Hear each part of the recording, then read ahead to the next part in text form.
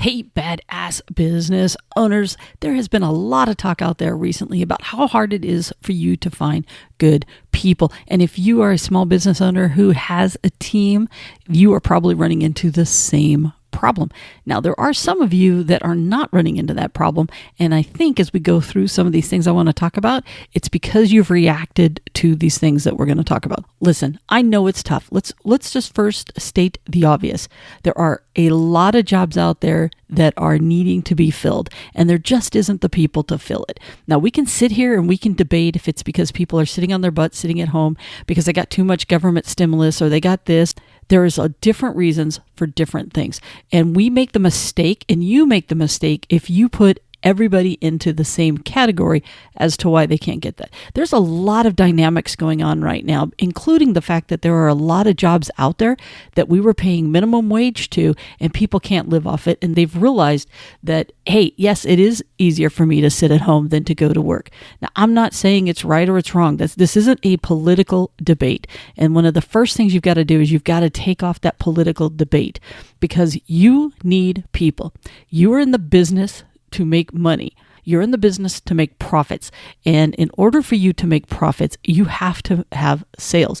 And the first thing you have to do is you have to look at your business. And one of the first things you want to do is say, hey, what are my needs? Because so many times I'm hearing people say that, oh, I need people and I can't find good people. And I'm like, well, what do you need?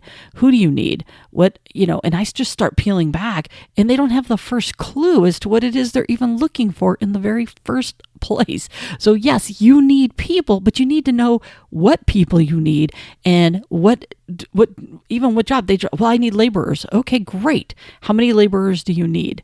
And I'm going to probably bounce around on this one. I'm just going to warn you right now, because there's so many thoughts that go through my head. I have hired thousands and thousands of people over my career. And not just because I had a small business. I worked for Home Depot for many, many years. We hire tons of people, okay? And I personally did a lot of that because I was in charge of hiring for many of those years. Now, let me tell you something. The best people, really good people, majority of them are working currently, or they're in between jobs. So yes, people, first off, everybody wants to find somebody who's just like them. And especially as a small business owner, we have this tendency to say, well, I'm trying to find somebody who's just like me. Okay, one, you ain't going to find anyone who's just like you. So you need to give up on that dream. What you're looking for are people that you can mold and grow, and they can become excellent individuals. But the thing I also don't want you to do, which is the flip side, which is part of what happens when we have a market that's like this, is we're looking for people that can fog up the mirror. And when we get into a desperation, we hire anybody. And that's the worst thing that you can do, because one, you're just going to turn around and you're going to start hiring again. When I start hearing about people that have hired some people and then they turn around and they quit, I want you to take a serious look in the mirror and ask yourself, were they really going to work out in the first place? If somebody has chosen to stay at home, let's just say that they've been sitting at home, they've been on government assistance, they've been collecting unemployment, they've been doing whatever. And meanwhile, there's all these jobs that they could go get. Let's say their unemployment runs out and now they got to go get a job. They're telling you a little bit about their work ethic right there. Now, I'm not saying that's everybody, but that's going to be a big chunk. So you need to ask some questions as to why that was the right thing, because there are some people that had to stay at home during that time frame. Why, you might ask? Because maybe one of the spouses had to work from home. Maybe another one had to work and they had no childcare because they couldn't take their kid because of COVID to school, right? The schools were shut down, and some people had to stay at home because they didn't have anywhere for their kids, or they had to homeschool their kids. So ask some questions. You have to be careful about the questions you ask, don't get me wrong, but don't assume that just because somebody hasn't been working, that it's because they're lazy. There are some people who absolutely will fit into that category, but there are others that, due to the family situation, it was better for them to stay home because of all the other factors that are going around due to the whole impact of what COVID has had. And if you're listening to this way in the future, it's the same thing. Anytime somebody has a gap in their employment, you need to try to ask some questions to understand that a little bit better, because it's going to give you more insight. The other thing that I notice is a lot of times we want people that have the skills we need them to have in order to do the job. And in some cases, that's an absolute must. But in a lot of cases, we can grow and train them to do what it is that we do. What we're looking for are people with great attitudes, can-do attitudes, great work ethic, somebody that is willing to learn, an eagerness to learn, to how to do stuff. I mean, make sure that you're looking for the qualities of the individual. You can teach them how to do whatever it is that you do in most cases.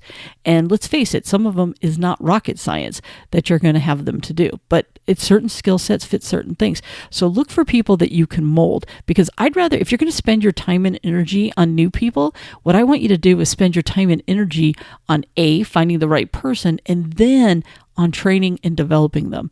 The problem is when you hire the wrong person, you're constantly stuck in the hiring phase and you never get to the training and development phase. And for some of you, there is no training and development. You just throw them to the wolves, and then you can't figure out why they don't last or why they get fed up and they walk out. It's got to be a 1-2 prong approach. One is hiring the right person and then training and developing them. I told you this one's going to be all over the place, but you got to follow me. I'm hoping, even if just one thing out of all the stuff that I'm going to say today resonates, then you need to run with it. And I'm probably going to do a few different things between the YouTube channel and the podcast to try to help with this piece, because I see it as a huge need that is out there. But the first thing I have to do is I have to get some of this stuff off of my chest, because so many people are being hung up on the fact that they can't find somebody. And we can sit there and we can have our pity parties and feel bad for the fact that we can't have it. It is a reality. All right. I get it. I'm not taking away from the pain that you feel from not being able to find people. I'm not taking away from the fact that it is stunting your growth in your business because you can't find anybody. But the mistake that a lot of people make is you are expecting them to show up on your doorstep. You're expecting to run some ad or to contact some service, and these people are just going to come flooding into your business and all of a sudden want to work for you. That's not what's going to happen. That's never been the case. The people that are going to come flooding in are people that need to check a box on their unemployment because they have to say they went out and looked and interviewed with some company and that they tried to seek gainful employment. Those are the people that are pretty much going to be answering a lot of those ads that are out there. Not all of them. Okay. I'm talking in generalities, so don't get hung up going, but Tammy, you don't understand. I do understand. One, you can't give up. You can't throw your hands up. It is what it is. And this is the market that we're in. And you're going to have to take a more aggressive approach to finding people, which means you're going to have to go to where the people are. Okay, you're going to have to go talk to people when they're working somewhere and finding out if they're happy and what's going on. And maybe, hey, if they ever are thinking about getting another job, you would love for them to come work for you. Some of you need to take a look and see what it is that you're paying people. And you know what? It sucks. Some of you have been paying good, decent wages, okay? And maybe that's $11, $12 to do whatever it is that you needed people to do, but that's not what's out there today. Right now, whether the government makes it $15 an hour or not, but the economy is going to make it $15 an hour, because what's happened is we're seeing the rise of the employee saying, hey, I need a livable wage. And that's not going to change, because your competition are going out there and saying, hey, I'm going to pay top dollar. And you're just like, I can't do this. It's going to cut into my margins. For some of you, it absolutely is going to cut into your margins. And I'm not saying that's going to feel good or if it's going to feel right. But right now, without you having sales, you're not going to have any margin for them to cut into. So you need to go out there and you need to hire people at a fair, good wage. Then two things need to happen. The first one is you need to make sure that what you expect out of that employee, paying them $15, $16, $18, $20 an hour, increases, because when you pay somebody that amount of money, guess what? You expect more out of them. And yes, will you lose some people because you're holding them accountable? Absolutely. But you know what? There are people out there that like to hustle, that need to make some money, and they're going to they also like having that wage and that guaranteed job, because you also have to look in the mirror as far as you as a boss. And sometimes people leave just because of that. There's so many dynamics that play into this. I think this is why I find this whole thing fascinating, because it's really forcing people to look in the mirror about their practices around hiring and what it is that they've done in the past. Another group of people that I think are highly untapped into is go to your high school and talk to the counselors. There are kids that are in high school right now today that come from very poor families, or families that are struggling, or families that do not have extra money. And those kids want to get to work and they want to hustle. But you know what? They're not typically the type that people think of when they come in or whatever. they need a job and they're willing to work. And go talk to those guidance counselors. A lot of times they are aware of which students have this hunger and this desire to work. And they might be someone who's great for your company as long as you can work with folks that are maybe under 18. But there are also a lot of them over 18. If you have a local college that's in your area, guess what? There's so many kids that are putting themselves through college that they might need part-time jobs.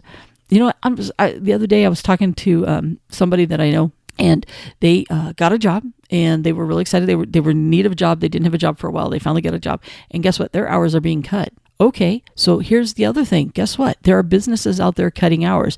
Now, we can sit there and try to figure out why their hours are being cut or whatever the case may be, but here's somebody that maybe could take on a second job or maybe go out and be full-time at another company. But once again, they're out there. And the way that you find them is because when you're in other people's establishments, you talk to them. You know what? The service food industry is going through a huge change right now because they can't get people. And a lot of that has to do with this whole rebellion that's going on with the employees saying, hey, I'm not going to come to work because of, they've got to work out that whole tip situation and that minimum wage. And I think there's a lot more to that dynamic personally that isn't for today's podcast. But I do think that does impact several people when it comes to that. Another thing is you need to make sure that you are constantly in this mode of, I need people. Let's just say you need 3 people and you scrape together and you find 3 people. Well, so many times people stop what they're doing and they stop looking, and guess what? No, you are always hiring. You need to always be hiring. Now, this doesn't mean you hire every Tom, Dick, and Harry. So when you find people that you think would be fantastic for your team, you need to go ahead and hire them, even if you don't need them yet. Trust me, bringing on really good people, you will be creative on finding ways to add them to the mix to increase your sales and to create more sales to offset them. And more than likely, now when you lose somebody else, you're going to be already okay because you've already got that person slotted that can replace them when it comes to it. One of the challenges you're always going to have is the fact that as you grow, you're going to need more people. So you need to be prepared that you always have to be looking for these people. And guess what? Growing pains is a real thing. You hear it from the time you're really young. Oh, you're just having growing pains. Well, guess what? Your business is always going to have growing pains. And growing pains, as you add people into the mix, are always going to be a part of those growing pains because you're constantly going to be looking at how do you level up the employees that you have? How do you constantly find new employees? And how do you find people that fit your company culture and what it is that you're trying to do? So you have to always be in this hiring mode, but not just hiring bodies. I guess that's a big part of what I want to get across is if you're just going to go out there and you're just going to hire bodies, well, guess what? You're going to constantly be hiring bodies. Oh, another thing I heard the other day is they put an ad out and they got all kinds of people that reached out to them. And they're like, oh my God, I got 100 applications and none of them were any good. That's all I'm going to get. Well, let me tell you something. Let's go back to my Home Depot days, okay? Let's just say we were going to hire 5 people. Do you think we only got 5 applications? Hell no. We got hundreds and hundreds of applications of people, and we had to weed through that stuff to find the 5 best people that we thought would join the company. You're going to have the same thing. You're going to have to weed through that. That's part of the whole hiring thing. It sucks, but you get better at it. You need to ask better questions. Matter of fact, the other day I was talking to somebody and, same thing, they get tons of applications. And so we came up with 3 questions that they could ask the applicants that would help weed them out within 5 minutes. And then the good ones moved to the real long interview, the longer one where he could spend more time dialing into them. But a lot of times you can ask 3 questions that would really weed out most people. Let's say, for example, that, okay, Arizona, we're really hot, right? 115. So if you have a business, let's say landscaping, where you're outside and it's 115 and they're lifting heavy rock and doing all this other stuff, guess what? You can ask some really good questions about, tell me about a time you worked outside in the heat. That's going to help give you a lot of insight as to if they're going to be somebody that can even hack it. Because if they don't ever go outside, then they ain't going to make it in this business. And maybe they're just doing it because they want to check a box. Well, guess what? You can, by asking the 3 right questions, you can weed out a lot of the people that are just trying to check a box. Speaking of ads, let me add this on as well. I've been seeing a lot of different ads that are out there. And one of the problems that I see is when you are placing ads, whether it's something you put on Facebook or you put out locally through different companies or whatever the case may be, you want to stop putting in there the things you don't want. A lot of times what happens is we are like, well, I don't want this and I don't want this, and these types of people need not apply. As opposed to, I want you to do it the other direction. I want you to put in there what you do want. All right. Because what we want to do is we want to attract what it is that we want. So when you put a bunch of negative out there, then you're going to get a bunch of negative, and a bunch of people that, people tend to leave out thes, a's, us, all those other extra words. So when you put in negative words, guess what? They're only reading those negative words and they think that's what you want. So you need to make sure that you watch how you word some of that stuff. Also, don't forget the power of bonuses. A lot of people are having some success with offering a hiring bonus. And then if you make it to 30, 60, 90 days, and if somebody makes it a year to where you give them some money, trust me, it's worth it. I know right now you're thinking, oh my God, there's no way I can pay them that money. But if they stick around and you don't have to spend all of your time hiring and constantly replacing people, trust me, you will be able to pay it. You'll find a way to make it happen. So make sure you've worked that in somehow today. Listen, folks, I could go on for days and days, and some of you probably already checked out, but here's the thing. Hiring is going to suck, and this time is one of the worst times ever in order to be able to hire. But a lot of it is, I need you to first check your attitude and how you're looking at it, because if everything you're putting into it is from a negative standpoint, you're going to continue to get the negative. Your mind thinks differently. When you come at things from a sense of scarcity and can't and lack of, what's going to happen is that's exactly what you're going to continue to get into your business. And your brain wants to help you solve a problem, right? So if you go into it saying, hey, this is the problem, this is the situation, these are the things that I'm trying to do to create that, your brain will continue to find new solutions for you for the problem that you have of hiring people. So when you come at it with a positive attitude, it's going to help you tremendously. And I know that's very hard to do, especially when you're struggling and you're having to push off jobs and you're losing people every time you turn around. I get that. I never said this is easy. Running a small business is not easy, and it's not going to be easy. And in this season of lack of people, it's really not going to be easy. The other thing is you got to be really careful, because when you are shorthanded, you tend to jump in and do more of the working and become more of a worker bee, which takes away from you being able to find those people. So you're going to have to find that happy balance of where you jump into the business to keep things going, but that is what I start to hear is, well, I don't have time to hire. I don't have time to hire. Well, if you go into it with that, then you are going to be working hard inside that business for a really long time. I want you to go back to when you first started hiring people and you found a way to carve out finding people. Now, it may have been easier back then, and yeah, it's a little bit more difficult today, but you can't get away from the fact that you need to spend some of your time on finding people. Maybe you're not going to find that ace, that 100%er who knocks it out the park. But here's the thing. I don't want you settling for the dregs either. I want you to find good people, good solid people that you can train and develop. And you might lose some here or there, but you're going to keep the vast majority of them if they have the right attitude and the great customer service, and they smile and they look at you when they talk to you. Find the skill sets that you need in a person, and then work on the fact that you can train them for the other skill sets that you need when it comes down to the deep and dirty of what it is that you do. Like I said, I could go on and about this, and this is already way too long of what I wanted to do, but I'm going to brainstorm some ideas and some thoughts and try to see what I can do to try to help throw out there some things. Like I said, not everything is going to resonate with you. All I care about is that you pick one nugget, one thing, and try to make a difference in your business when it comes to you bringing on people. It will happen. This is a season. This is what's happening. I don't know when it's going to end. I don't think anyone does. Someone might be listening to this from a year from now, and they might still be having trouble finding good people. And guess what? Finding good people is always a problem in a small business. It just happens to be extra hard right now. All right, I'm going to stop rattling. Get out there, find some good people, look in other places, lift manhole covers. Always be looking. Look wherever you go. Talk to people. Hand out your cards to people that you see out there that you think would be great for your team. Ask them if their hours have been cut. Ask them if they want to do something different. Whatever the case may be, you need to be aggressive. You need to be on the offense. And too many of you are on the defense right now when it comes to finding good people for your business. It's hard, and it's going to be hard for a little bit, but I promise you there's light at the end of the tunnel. But you've got to step back and attack this from a positive, can-do, game plan way versus just throwing everything out there and seeing what sticks and feeling that you're hurt and crushed because people are leaving you left and right. It's the world today. It's crazy. This is just some of the after effects, and you're going to get through this, and your business is going to get through this because you're thinking like a CEO now, right? You're a badass business owner. So you need to make sure that you're not into these pity parties. And if you have one, you can have a pity party, but it can only be 5 minutes long, all right? 5-minute pity parties is all you're allowed. You need to like pull up your pants and get out there and just make it happen and find the right people. I promise you they're out there. You're just going to have to work a little bit harder to find them. All right. I lied.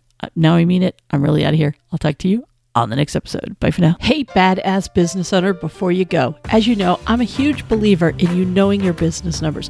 After all, it isn't about how much you sell. It's about what you keep. And the best way to grow your profits is to start diving in and understanding those business numbers. To help you on this journey, I have created the Know Your Business Numbers course. We will walk through how to read your profit and loss statement. You'll learn the key calculations that'll help ensure that you're making a healthy profit on all of your products or services, plus a ton of other good stuff that'll help you learn how to use those business numbers to create even more sales and profits. Just check out the link below in the show notes or visit knowyourbusinessnumberscourse.com. So if you're ready to increase those profits, it's time you start diving into your business numbers.